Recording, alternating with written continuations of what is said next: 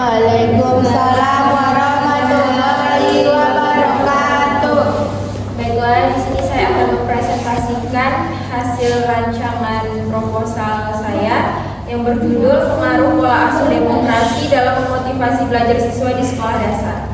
Di sini yang akan saya bahas itu mengenai bab 2, yaitu tentang kajian teori. Pola asuh adalah sikap orang tua dalam berinteraksi, membimbing, membina, dan mendidik anak-anaknya dalam kehidupan sehari-hari dengan harapan agar anak-anak bisa menjadi sukses dalam kehidupannya.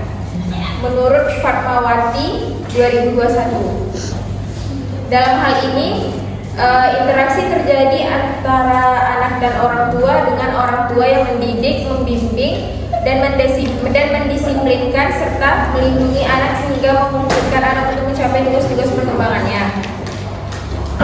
Menurut Setiawan 2020 menyatakan bahwa orang tua harus bisa memberikan pola asuh yang baik dan benar dengan perkembangan anaknya agar anaknya menerima pola asuh yang diberikan itu dengan baik dan bisa memotivasi anak agar bisa meningkatkan pembelajarannya itu lebih baik lagi ke depannya.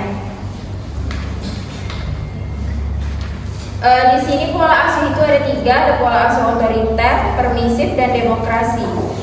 Di sini pola asuh otoriter itu adalah gaya pengasuhan yang menekankan pentingnya disiplin dan ketaatan tanpa kompromi.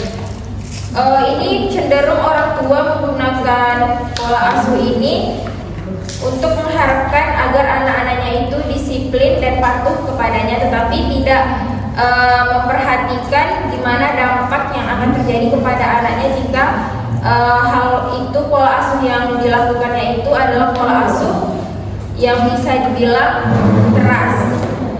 Yang kedua ada pola asuh permisif. Pola asuh permisif ini gaya pengasuhan yang longgar atau yang bisa dibilang sedikit tidak keras, di mana orang tua memberikan banyak kebebasan namun minim bimbingan dan batasan.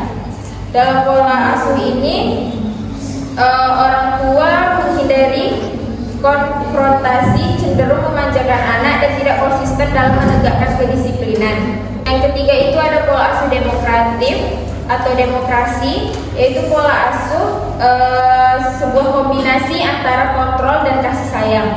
Pola asuh ini menerapkan gaya yang tidak memiliki batasan terhadap anak. Anak itu bisa saja dibebaskan untuk memilih apa yang mereka inginkan, apa yang mereka minati, dengan cara orang tua yang mendukung apapun itu selagi hal itu baik dan positif untuk anak.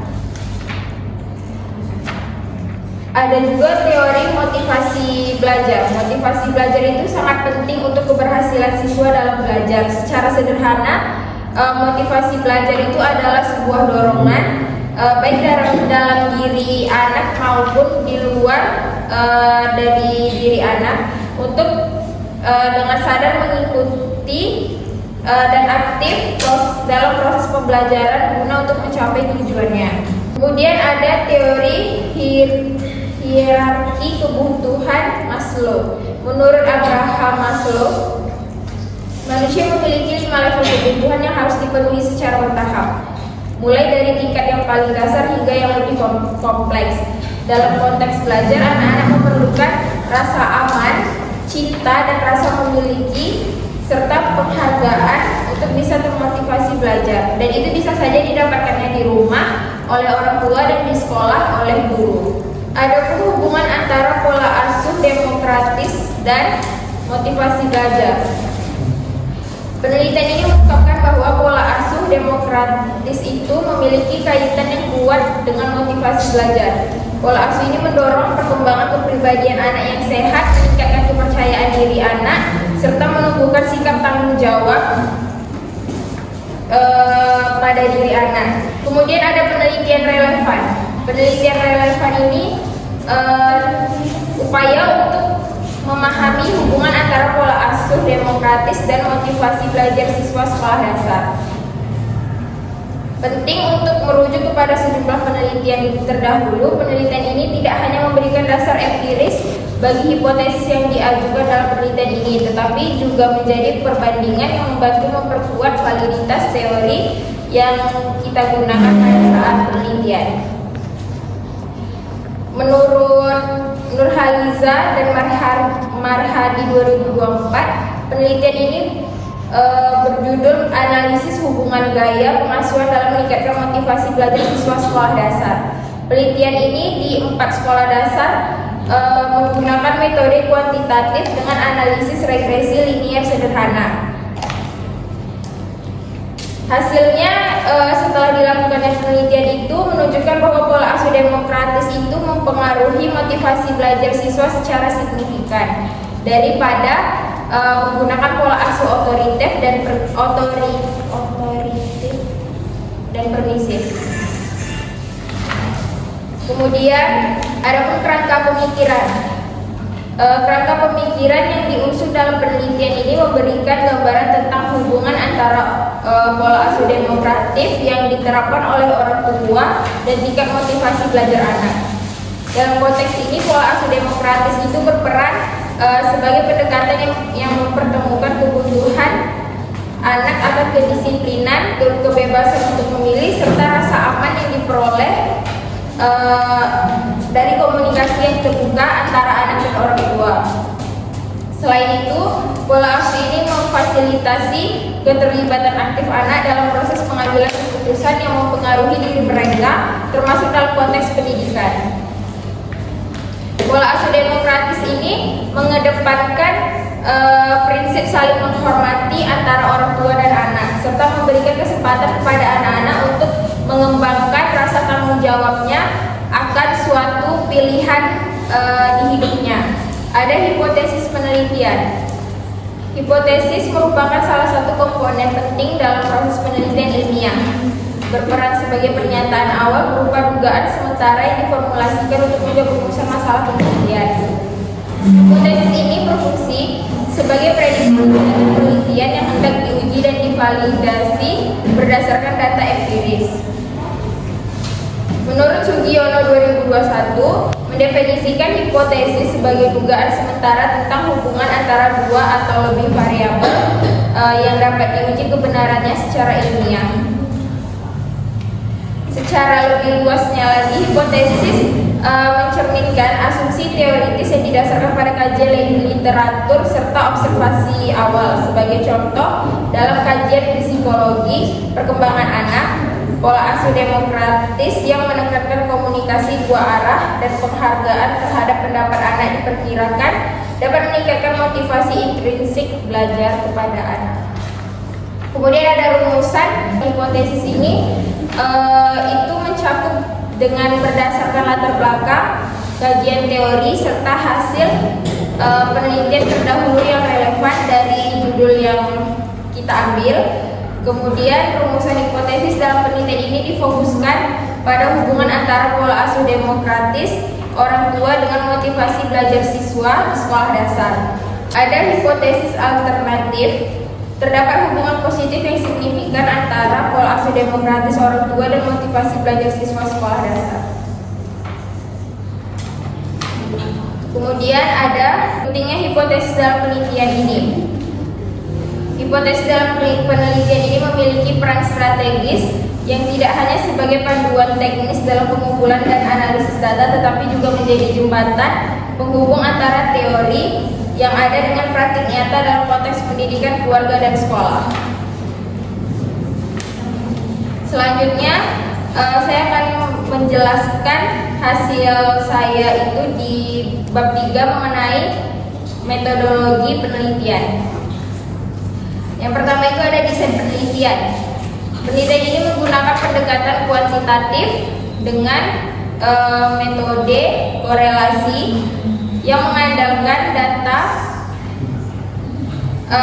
angka serta analisis statistik guna menjawab rumusan masalah dan menguji hipotesis yang telah dirumuskan. Pendekatan ini dipilih karena sesuai dengan tujuan utama penelitian, yaitu untuk mengkaji sejauh mana pengaruh pola asuh demokratis itu yang diterapkan oleh orang tua terhadap siswa. Pendekatan kuantitatif ini dipilih karena mampu memberikan gambaran objektif melalui data numerik dan analisis statistik yang sistematis. Menurut Creswell 2022. Jenis penelitian ini termasuk korelasional, yakni penelitian yang bertujuan untuk mengetahui hubungan antara dua variabel atau lebih. Dalam hal ini, penelitian difokuskan untuk mengetahui apakah terdapat signifikan antara pola asuh demokratis dan motivasi belajar siswa. Ini bisa nanti saya menggunakan pengumpulan data itu menggunakan metode survei, di mana data dikumpulkan melalui penyebaran angket atau kuesioner pada responden. Kemudian ada variabel penelitian dan definisi operasional. Dalam penelitian ini terdapat ada dua variabel utama. Yang pertama itu variabel independen gaya pengasuhan demokratis. Yang kedua variabel terikat yaitu dorongan belajar. Yang pertama itu variabel independen itu gaya pengasuhan demokratis, gimana cara orang tua mendidik anak dengan cara yang terbuka. Sedangkan variabel terikat yaitu dorongan belajar itu adalah sebuah alasan atau motivasi yang mendorong siswa untuk belajar baik dari dalam diri mereka maupun dari luar. Dan ada populasi dan sampel penelitian. Populasi dalam penelitian ini saya itu mengambil kelas 5 di sekolah dasar wilayah Pekanbaru tahun ajaran 2025-2026. Kemudian populasi dipilih karena siswa kelas 5 dianggap telah cukup berkembang secara kognitif dan sosial untuk memahami pola asuh yang diterima mereka baik di rumah, apa yang terjadi pada mereka ketika orang tuanya memberikan sebuah pola asuh. Kemudian ada sampel. Penelitian ini menggunakan teknik pengambilan sampel secara proporsif sampling, yakni metode pemilihan sampel yang dilakukan berdasarkan pertimbangan atau kriteria khusus yang telah ditetapkan oleh peneliti sebelumnya. Kemudian ada metode pengumpulan data. Dalam penelitian ini data dikumpulkan melalui dua metode, yaitu angket dan wawancara semi terstruktur yang berfungsi sebagai pelengkap atau memperdalam data kuantitatif. Kemudian ada metode analisis data. Setelah data dikumpulkan, analisis dilakukan secara kuantitatif dengan bantuan software statistik seperti SPSS atau Excel. Sekian hasil presentasi saya pada hari ini mengenai bab 2 dan bab 3.